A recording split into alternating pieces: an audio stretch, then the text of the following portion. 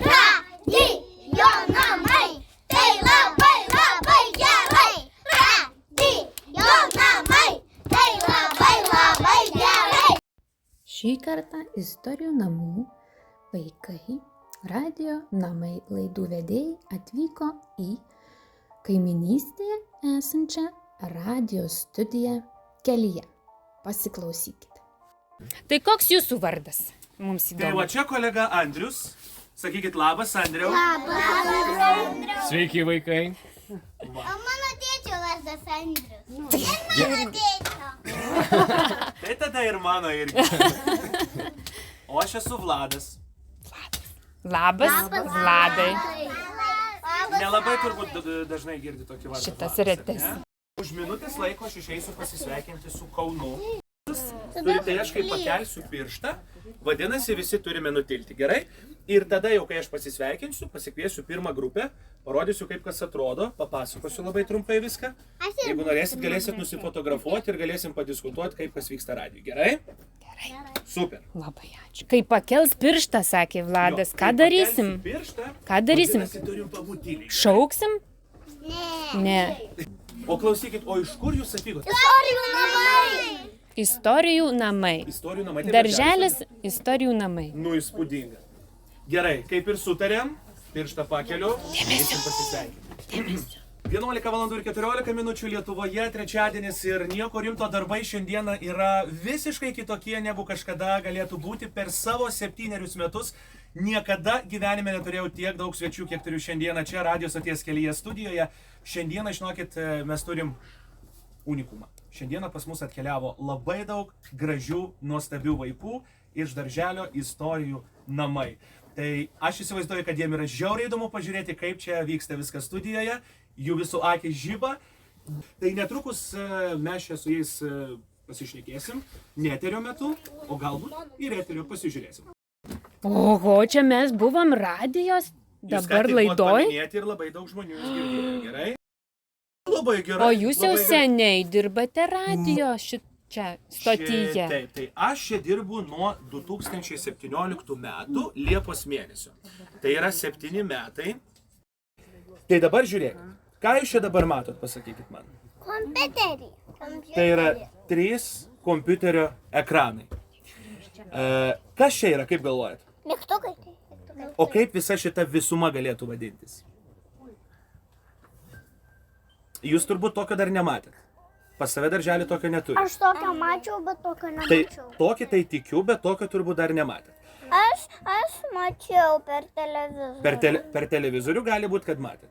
Tai čia yra mūsų pagrindinis šitos radijos variklis. Tai yra pultas, per kurį mes šnekam, per kurį mes leidžiam muziką ir per kurį vyksta visas eteris. Aš tikrai esu mačius ir per televizorių esu. Tai jau dabar būsi dar ir tikrą mačius. Tai vat pavyzdžiui, jeigu kažkas norit, leidžiu paspausti šitą mygtuką. Bet po vieną, gerai, tarkim paspausk. Aha, stipriau. Va. Dabar, kai tu paspaudėjai šitą mygtuką, mes čia valdom Kauną ir Vilnių ir Klaipėdą. Situacija yra tokia, kad, pavyzdžiui, jeigu mes norim išgirsti Kauno muziką, paspaus šitą mygtuką. Šitą. Tu. Aha, šitą. Va. Matai? Įsijungia Kauno visas kompiuteris, Kauno visas playlistas. Jeigu paspaudžiam šitą mygtuką, Apie neklaponą galime įsijungia Vilnius. Gali pasitvarkyk savo mikrofoną, kaip tau tinka. Nu, kaip pavyzdys, ar ne? Gaga. Man visada veikia. Gerai, drąsiai. Gerai, žiūrėk, pasitvarkyk mikrofoną. Užsidėk ausinės. Čia? Kodėl būtinai? Būtinai. Ir dabar pabandyk pakalbėti, ar girdi save? Gėčiau. Pakalbėk ką nors. Pakalbėk, drąsiai, Pasakyk ką nors. Pasakyk mano vardas, pasakyk savo vardą. Dovydas. Girdi save ausinėse?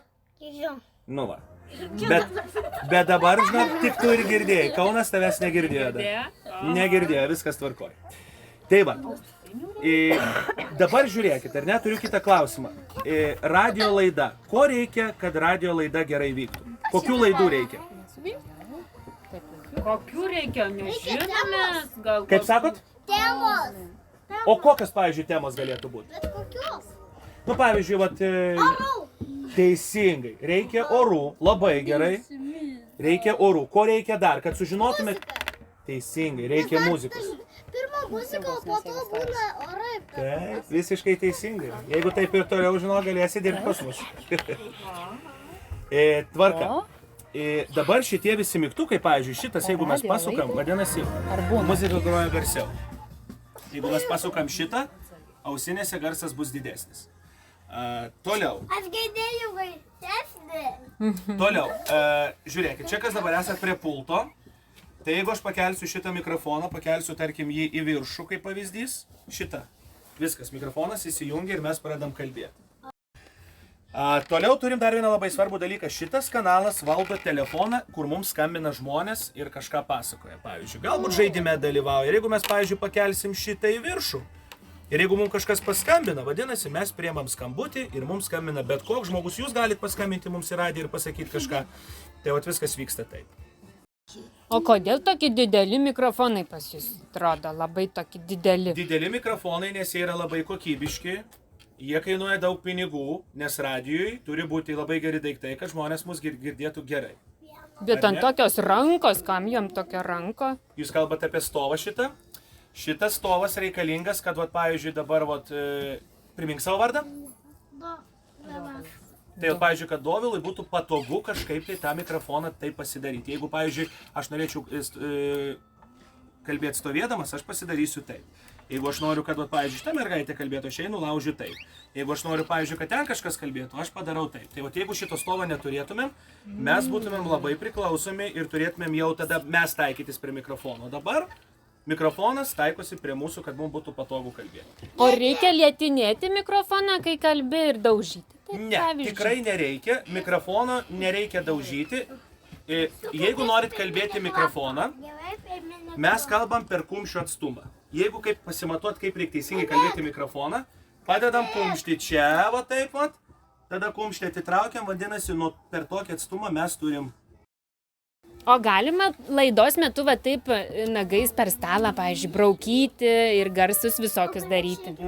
Negalima, bet jeigu jau labai neišeina, tada vedėjas duos ženklą. Atsimenat, ką reiškia šitas ženklas? Tyla. Tai vat lygiai taip pat, jeigu aš pakelsiu 2 pirštus, vadinasi, į stalą negalima nieko daužyti. Jeigu jau labai norit kažką daryti, tiesiog tada susidedat rankas taip ar kažkur taip ir kad tik, nes aš tikiu, kartais noris tą stalą padaužyti, bet geriau jį nedaužyti. O jeigu šaukia, pavyzdžiui, mūsų pašnekovas, kas tada nutinka? Jeigu pašnekovas šaukia, va todėl mes turim šitą labai didelį pultą, kuris jį automatiškai iki tam tikro garso lygio nutildo. Tai jūs galite šaukti, kiek jūs norit, bet jūs girdėsite tiek, kiek tik gali būti nustatyta šitam pultį daug. Labai geras. Vėl pirštą iškelsiu, paprašysiu pabūti tyliai. Informacija apie orus, pasižiūrėkime, ką sinoptikai žada mums čia, šiandienai bei rytoj. Šiandieną daugelį rajonų protarpiais numatomi krituliai, vyraus nedidelis lietus, kai kur tvyros rūkas. Vėjas pietvakarių vakarų 7–12 metrų per sekundę, pajūryje gūsiai sieks 15 metrų. Temperatūra 3–8 laipsniai šilumos.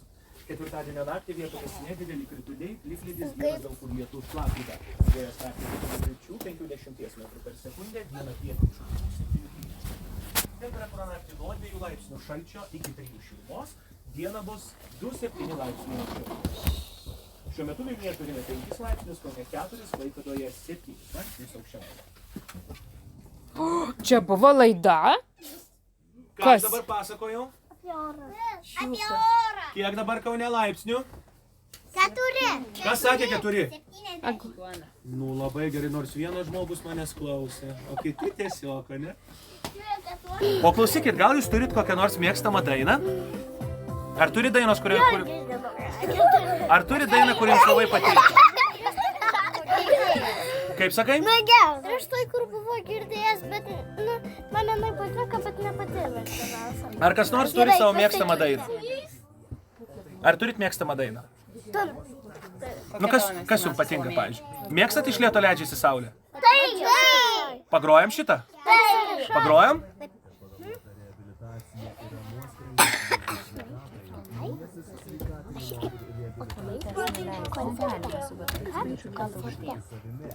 Žiūrėkit, pagarsinsim biškį radiją. Ir po dar vienos reklamos. O kam reikalingos reklamos radijui, kaip galvojat? Nežinau. Tai mes dabar vietoj, kad nereikėtų perinkti reklamos, mes patys padainavo reklamą. O gal šeškių? Žinot šitą? Ne. Žinau. Nu, bet žinokit, jau viskas jau paleidom, aš negaliu išjungti. Aš šitą žinau. Nu, šitą turėtume tikrai žinoti. Aš žinau, mano senelis tą klauso. Senelis tavo klauso šitą? Oho, Čia Pinokio kietas senelis. O, saulė.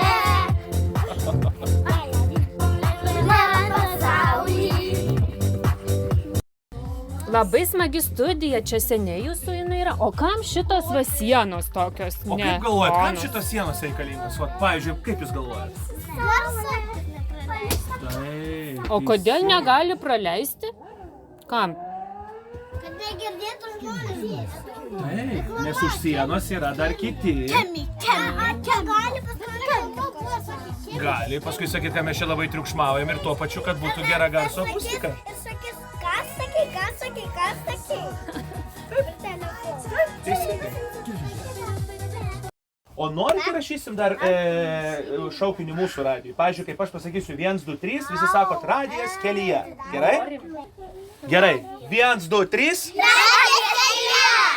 Radijas kelyje. Gerai, dar kartelį. 1, 2, 3. Radijas kelyje. O kaip jūs nusprendėte būti laidų vedėjų radijoje? Taip.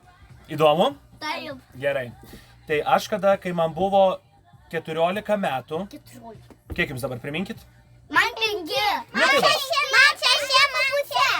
Gerai, tai va, tai kai man buvo 13 metų, aš namuose pats susikūriau savo radiją, labai panašiai kaip ir jūs savo darželį.